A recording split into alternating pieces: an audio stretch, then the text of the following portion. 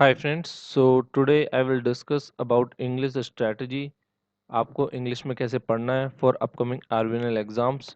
और जैसे कि आपको पता है कि नया नोटिफिकेशन जारी हुआ था रिसेंटली, उसमें जो पैटर्न है लाइक मार्किंग स्कीम चेंज हुई है। तो marking scheme for AEN JEN IE JE APN JLO इन सब एग्जाम्स के लिए टोटल क्वेश्चंस 8 रहेंगे और 8 मार्क्स के होंगे। ये इंग्लिश सेक्शन की बात कर रहा हूँ मैं। और जो stenographer junior assistant and commercial assistant second, ये नॉन टेक्निकल पेपर्स है। इनमें टोटल क्वेश्चंस 20 होंगे और 20 मार्क्स के होंगे। तो एक मार्क का एक क्वेश्चन होगा। और अब आपको किस तरीके से प्रिपरेशन करनी है, चाहे आप AEN की एग्जाम दे रहे हो, JEN की दे रहे हो, IE की दे रहे हो, या फिर आप स्टेनो वगैरह की दे रहे हो, तो इसमें आपको कौन कौन से वो कॉमन चैप्टर्स कौन से जो आपको पढ़ने ही पढ़ने हैं और जो सबसे ज़्यादा इम्पोर्टेंट है। तो चलिए सीधा मैं आपको पहले तो नोटिफिकेशन पे ले चलता हूँ।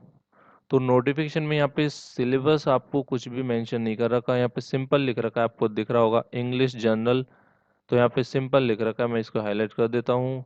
ये देखो, English grammar and language class 10th level, बस ये लिख के छोड़ दिया, इससे ज़्यादा कुछ नहीं दे रखा। तो अब हमें बिल्कुल भी आइडिया नहीं है कि इंग्लिश ग्रामर में कौन कौन से टॉपिक करने हैं। और लैंग्वेज यहाँ पे दे रखी है, तो यहाँ पे लैंग्वेज में जैसे जो आपके आते हैं अनसीन पैसेजेस आएंगे, तो पैसेजेस वगैरह करने हैं, वो कैसे करने हैं, ये सब चीज़ें हमें करनी पड़ेंगी। तो मैं अब आपको डिटेल में सिलेबस बताता हूँ कि आपको क्या क्या पढ़ना है। ये मैं बता रहा हूँ 2018 में जो मैंने पेपर दिया था इंफॉर्मेटिक असिस्टेंट का, उसके आधार पे, उसके बेसिस पे मैं आपको बताऊंगा कि कौन से टॉपिक्स बहुत इंपॉर्टेंट होते हैं, जो पूछते पूछते हैं वो, चाहे आप कोई सी भी एग्जाम दे रहे हो, आपको उन टॉपिक्स को अच्छे से पढ़ के जाना है। तो अब सीधे चलते हैं। अ, सीधे मैं आपको उस ऐप पे ले चलता हूँ जिससे मैं आपको ये डिटेल दिखाऊंगा सिलेबस की। तो ये ऐप है मैक्सर ऐप। यहाँ पे मैंने एक बुक ओपन कर रखी है जिसका नाम है उपकार पब्लिकेशन की बैंक क्लरिकल कैडर। आपको पता होगा कि ये हमारी जो एग्ज़ाम है वो IBPS संस्था ले रही है। और IBPS जो इंग्लिश का पेपर सेट करती है वो क्लर्क लेवल का, एक्चुअली जितने भी आपके जैसे इंग्लिश हो गया, मैथ हो गया, रीजनिंग हो गई, ये जितने भी आपके टॉपिक्स होते हैं इनमें सारे, उनका जो लेवल होता है ना, जो भी प्रश्नों का लेवल होता है वो होता है क्लर्क लेवल। और क्लर्क का भी प्री लेवल मान के चलो, मेंस में तो भी थोड़ा ऊपर ऊपर वाले सवाल आ जाते हैं। जो क्लर्क का प्री लेवल होता है ना, बस इतने ही हार्ड क्वेश्चन आते हैं इसमें, इजी प्रश्न आएंगे आपके, हार्ड नहीं आएंगे ज़्यादा। तो लेवल इजी होगा। तो अब मैं इस बुक से आपको जो भी इसमें टॉपिक्स हैं, सेम आपको सेम टॉपिक दिखेंगे वहाँ पे एग्जाम में। तो मैं आपको दिखा देता हूँ टॉपिक्स कौन कौन से आएंगे। देखो, सबसे पहला इंग्लिश लैंग्वेज में पहला चैप्टर इसमें दे रखा है इस बुक में, रॉन्गली स्पेल्ट और इनअप्रोप्रिएट। अब इस चैप्टर से प्रश्न बनते हैं एरर करेक्शन वाले। जैसे मान लो मुझे एस नहीं लगाना था किसी चीज़ के आगे, मान लो बुक्स थी, मैंने बुक ही लिख दिया, और वहाँ पे एरर करेक्शन का एक आ जाएगा कि बताइए किस पार्ट में एरर है, इस तरीके का क्वेश्चन आ जाएगा। तो रॉन्गली स्पेल्ड वाले क्वेश्चन इस तरह में करने हैं। मैं अभी आपको डिटेल में बताऊंगा कि किस तरह के क्वेश्चन आते हैं। पहले हम पूरा सिलेबस देख लेते हैं। रिप्लेसमेंट ऑफ फ्रेजेस, ये क्वेश्चन कम पूछते हैं। देखो, सेकंड चैप्टर जो है आपके, ये जो क्वेश्चन है वो कम पूछे जाते हैं। रीडिंग कॉम्प्रिहेंशन सबसे इम्पोर्टेंट मैं कहूँगा, ये इस पूरे इंग्लिश लैंग्वेज का सबसे इम्पोर्टेंट चैप्टर है, तीसरा।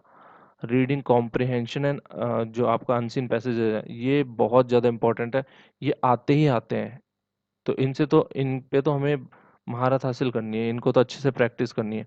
जितने आप पैसेजेस प्रैक्टिस कर सको आप जरूर करके जाना, क्योंकि पैसेज हमेशा आते हैं। तो तीसरा चैप्टर वेरी वेरी इंपॉर्टेंट। ठीक है, अब आते हैं नेक्स्ट चैप्टर पे। नेक्स्ट है सेंटेंस कंप्लीशन विद 1 और 2 ब्लैंक्स। ये देखो, ये कभी आ जाते कभी नहीं आते, 50-50% चांस है। तो पर हमको करके जाने पड़ेंगे, क्योंकि हमको नहीं पता कि पेपर कैसा सेट कर रहे हैं वो लोग। तो आपको फोर्थ चैप्टर भी करना है।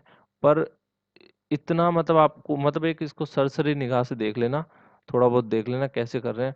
इंग्लिश में एक ही चीज आपको बचा सकती है, देखो, आपकी वोकेबलरी की नॉलेज। अगर आपको ज़्यादा से ज़्यादा शब्दों का ज्ञान है तो आपको अंग्रेजी में से पूरे मार्क्स लाने से कोई नहीं रोक सकता। मेरे पिछली बार इंग्लिश में मैं जितना मानता हूँ, वैसे तो सेक्शन वाइज कट ऑफ नहीं निकलती, पर मेरे इंग्लिश में मुझे पता है कि मेरे लगभग सारे प्रश्न सही थे। और यही मेरा रीज़न था फर्स्ट फेज को क्लियर करने का। इंग्लिश और हिंदी मेरा बहुत अच्छे हुए थे पेपर्स दोनों। तो आप ध्यान रखना, अगर आपको राजस्थान जीके में दिक्कत थी, क्योंकि मैं राजस्थान जीके बिल्कुल नहीं पढ़ के गया था, मैं मैथ बिल्कुल नहीं पढ़ के गया था पिछली बार, फिर भी मेरा सिलेक्शन हुआ, क्योंकि मेरी इंग्लिश, हिंदी, रीजनिंग इन तीनों में बहुत अच्छी पकड़ थी और मैंने इस वजह से वहाँ पे फेज़ 1 क्लियर किया। तो आप, अगर आपकी भी राजस्थान जीके और इन सब में इशू है आपके साथ भी, तो आप प्लीज़ इंग्लिश, हिंदी और आपकी रीजनिंग इन तीनों सब्जेक्ट को बिल्कुल इतना मजबूत कर लो कि इनमें से एक भी प्रश्न आपका गलत नहीं होना चाहिए फिर। तो ये स्ट्रैटेजी मैंने फॉलो की थी और मेरा सिलेक्शन हुआ भी था फर्स्ट फेज में। तो अब देखिए, इंग्लिश में मैं आपको बता चुका हूँ, पैसेजेस के अलावा सबसे इंपॉर्टेंट चीज़ जो आएगी ना आपकी, वो आएगी ग्रामेटिकल एरर्स। मतलब इसमें आपको पूछ लेंगे एरर करेक्शन के, बेसिकली ये एरर करेक्शन के सवाल होंगे। आपको पांच जैसे दे देंगे, 5 पार्ट ABCD, बताइए किस भाग में एरर है, इस तरह के क्वेश्चन पूछेंगे। क्लोज टेस्ट में देखो क्या होता है, 5th चैप्टर की बात करूँ मैं, क्लोज टेस्ट में क्या पूछते हैं, आपको जैसे मार्क कर देंगे, ब्लैंक स्पेस छोड़ देंगे, अब उसमें पूछेंगे इसमें वोकेबलरी मतलब कौन सा वर्ड आना चाहिए, इस तरह के क्वेश्चन पूछेंगे। ठीक है, ये क्लोज टेस्ट हो जाएंगे। रीअरेंजमेंट ऑफ सेंटेंसेस, ये बहुत मुश्किल ही पूछते हैं, मतलब ये तो ये नहीं पूछ पाएंगे, क्योंकि इनमें जो है देखो 8 मार्क्स का होगा ना, तो छठा चैप्टर पूछ नहीं सकते, क्योंकि रीअरेंजमेंट के लिए कम से कम 5-6 आपके 5-6 वो होने चाहिए, और 5-6 अगर सेंटेंस दे रहे हैं तो इसका मतलब टाइम कंस्ट्रेंट्स भी उनको देखना पड़ेगा। देखो, रीअरेंज वाला जब क्वेश्चन देते हैं ना, तो इसमें थोड़ा टाइम ज़्यादा लगता है। तो मेरे हिसाब से ये प्रश्न तो ये चैप्टर आपको नहीं पूछेंगे, ये वाला टॉपिक। ग्रामेटिकल एरर तो आपको पूछेंगे पूछेंगे, इसमें तो कोई डाउट ही नहीं है। वन वर्ड, सिनोनिम और एंटोनिम, ये तो देखो ये तो सदाबहार क्वेश्चन है, हर बार इंग्लिश में आते आते हैं।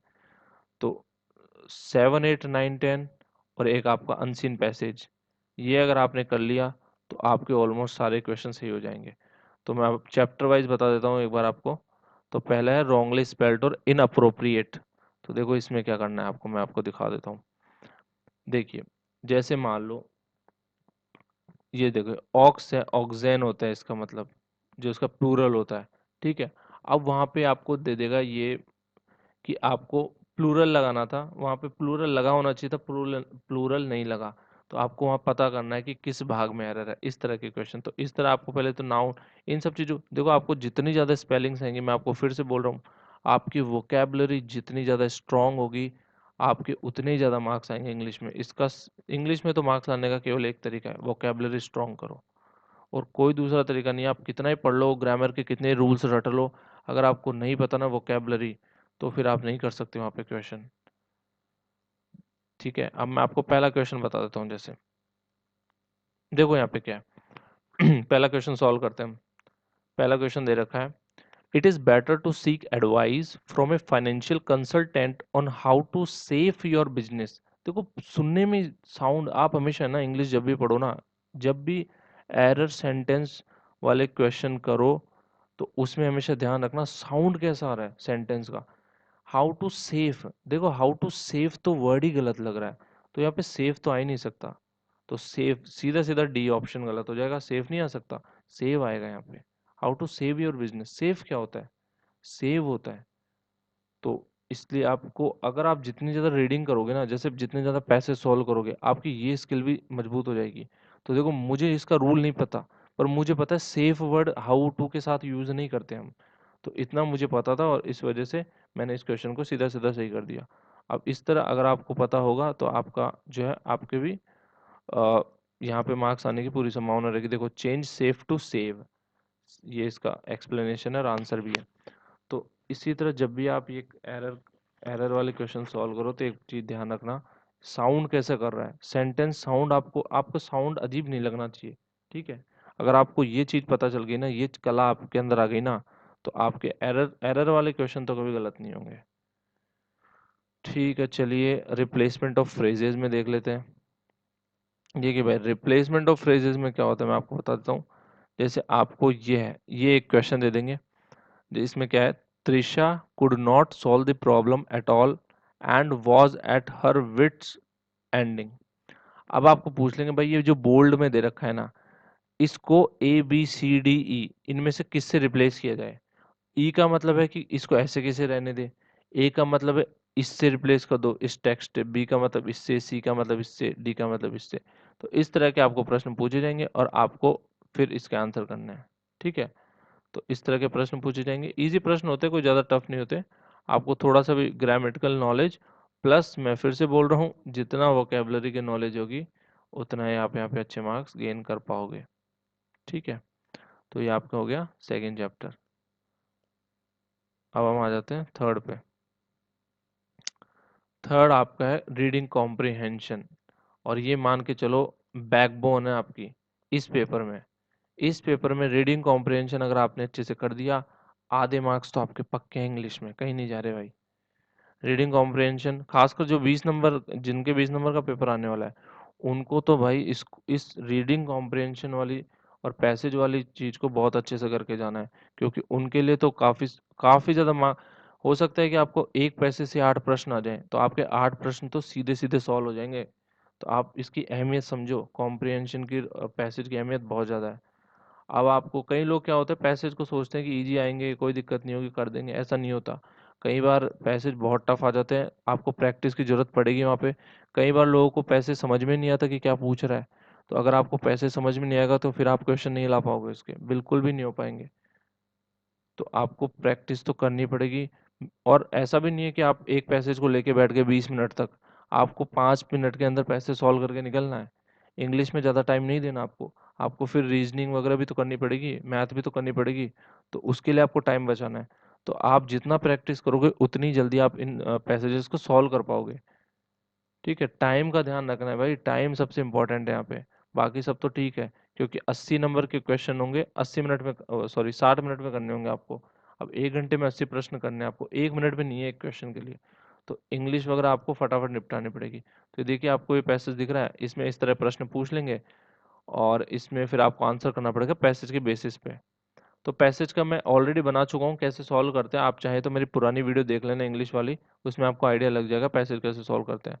ठीक है, तो ये आपका पैसेज का हो गया। अब हम चलते हैं नेक्स्ट पे,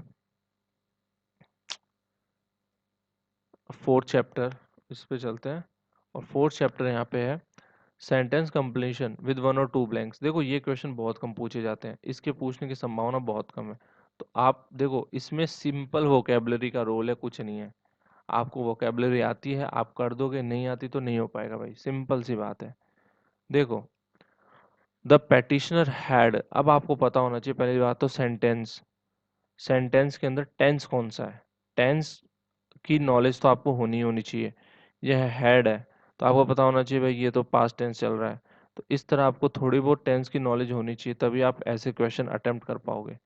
ठीक है, तो इस तरह के क्वेश्चन आपको पूछेंगे, या 2 ब्लैंक स्पेस दे देंगे और इसमें से आपको भरना है कि कौन सा सबसे ज़्यादा अप्रोप्रिएट रहेगा। इस तरह के क्वेश्चन आपको पूछे जाएंगे। तो वैसे तो इस तरह के क्वेश्चन पिछली बार तो नहीं आए थे, पर इस बार आ जाए तो उसका मैं बोल नहीं सकता। आप पैसेज की, एंटोनिम सिनोनिम की और एरर करेक्शन की, इन पे सबसे ज़्यादा ध्यान देना। इस बार भी मुझे लगता है कि पैटर्न वही फॉलो करेंगे, चेंज तो नहीं करेंगे जितना मुझे आइडिया है। आईबीपीएस जो है एक फिक्स रूटीन पे ही चलती है, बहुत ज़्यादा कुछ चेंजेस नहीं करेंगे वो लोग।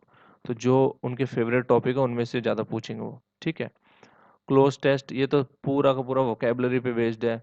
आपको पता होना चाहिए कि यहाँ पे कौन सा आपको वर्ब यूज़ करनी है, कौन सा वर्ड सबसे सही रहेगा। तो सिंपल, आपको अगर वोकेबलरी आती है तो आप यहाँ पे कर पाओगे। ग्रामर से ज़्यादा आपको वोकेबलरी पे ध्यान देना है। मैं फिर से बोल रहा हूँ, ग्रामर ऑटोमेटिकली आ जाएगी अगर आपको उस चीज़ का अर्थ पता होगा। तो आप ऑटोमेटिकली ग्रामर से ही कर दोगे, आपके टेंसेस सही होने लग जाएंगे अगर आपको शब्दों का अर्थ पता चलने लग जाएगा। तो अगर आपको यही नहीं पता होगा कि उस वर्ड का मतलब क्या है, तो फिर आप कुछ नहीं कर सकते एग्जाम में। ठीक है, तो क्लोज टेस्ट में पूरा वोकेबलरी बेस्ड आएगा। इस तरह आपको एक दे देंगे, मैं आपको दिखाता हूँ जूम करके किस तरह आता है, देखो इस तरह आपको दे देंगे। Decades ago China dash the concept of barefoot doctors, they were community health care workers who successfully dash. अब आपको पूछ लेगा भाई, पहले में बताइए चाइना के आगे जो वन है उसमें क्या आएगा, gives, researches, introduced, originates, enlighten. देखो इस तरह के क्वेश्चन आने की संभावना बहुत कम होती है, क्योंकि मैं आपको बताता हूँ, अगर 20 मार्क्स के लिए आपका, जैसे स्टेनो वाले तैयारी कर रहे हैं, कमर्शियल असिस्टेंट वाले, उनके ये आ सकता है।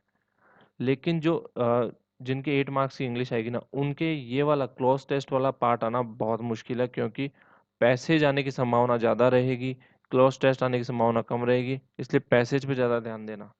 ठीक है, ये भी एक तरह का पैसेज ही है, लेकिन इसमें आपको ब्लैंक स्पेस भरने होते हैं अकॉर्डिंग टू जो भी आपको ऑप्शन दिए होते हैं उसके हिसाब से।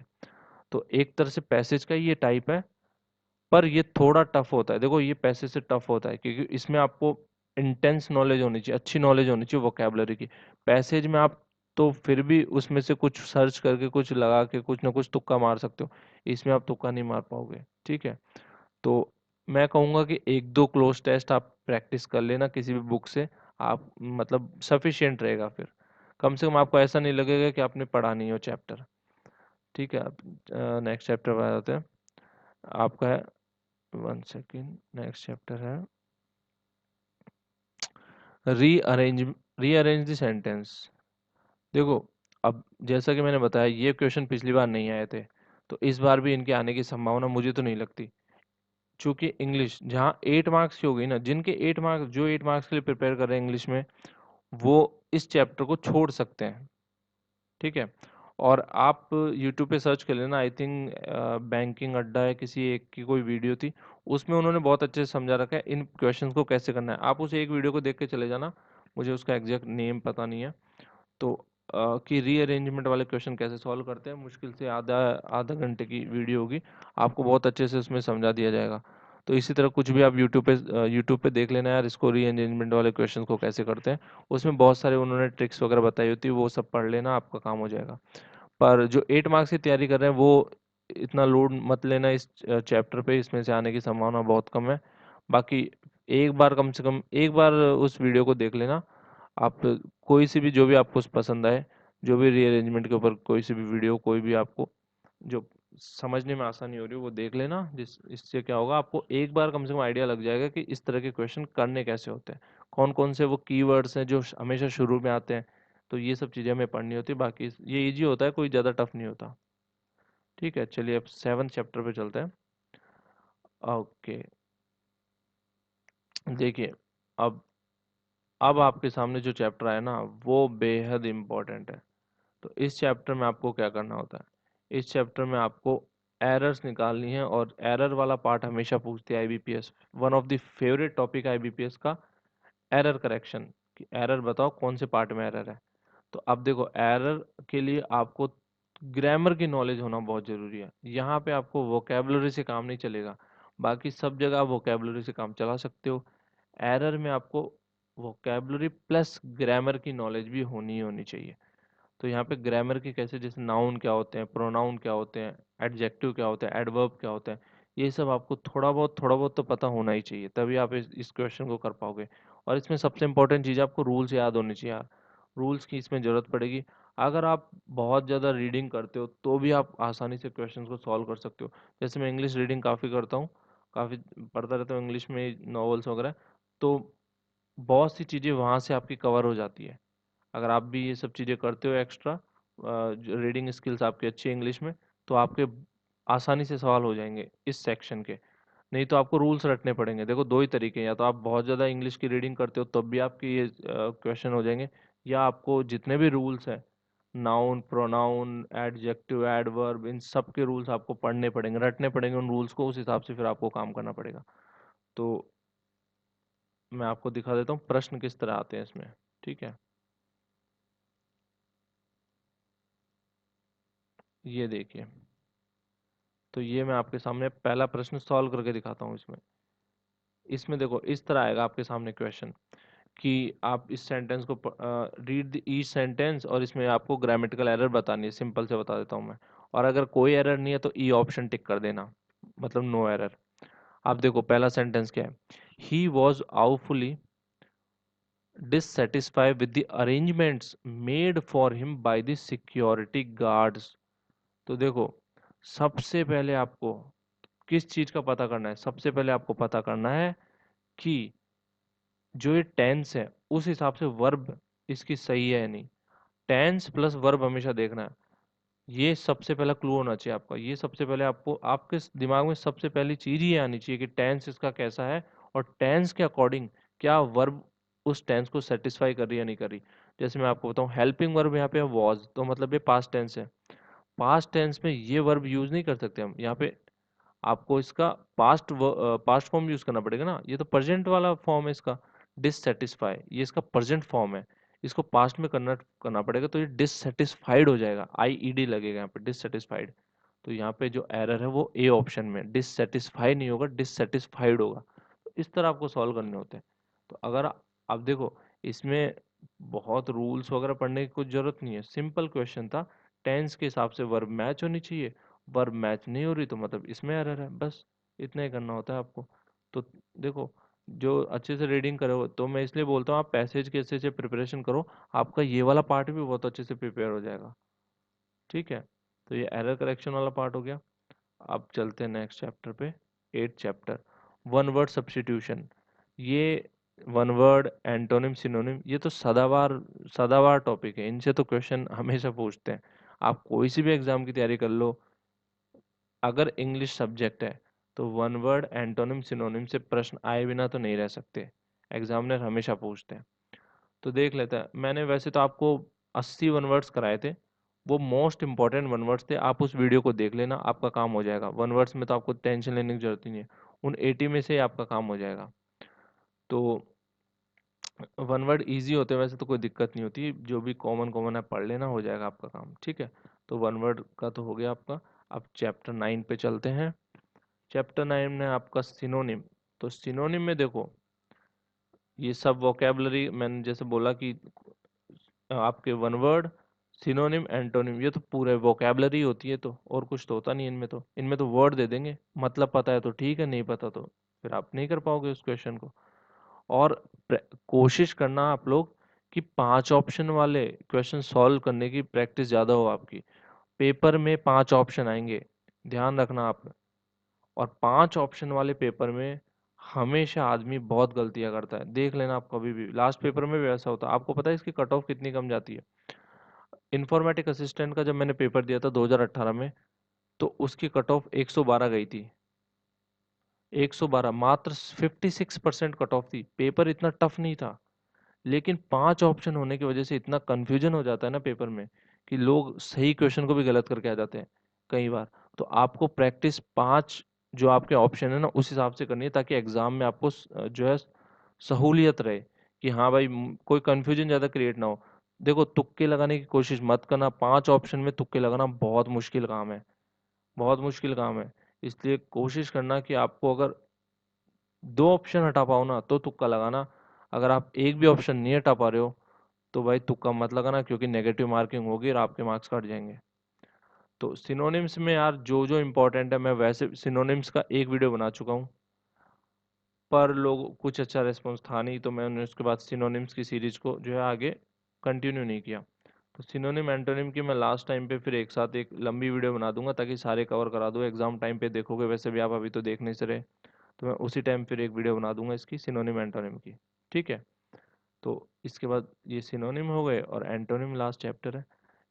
और इनमें से एक एक प्रश्न आने की हमेशा, या तो एंटोनिम से आएगा या सिनोनिम से आएगा, तो आपको पढ़ने तो दोनों ही है। मतलब बेसिकली आपको वोकैब पढ़नी है, जितना आप पढ़ सको, जितना ज़्यादा आप वोकेबलरी कवर कर पाओ उतना करो, क्योंकि वोकेबलरी जितनी ज़्यादा आपकी स्ट्रांग होगी, आपके इंग्लिश में मार्क्स उतने ही अच्छे आएंगे। ठीक है, तो यार इसके साथ ही अब ये वीडियो मैं समाप्त करता हूँ। आपकी रात्रि शुभ रहे। जय हिंद, जय भारत, जय राजस्थान।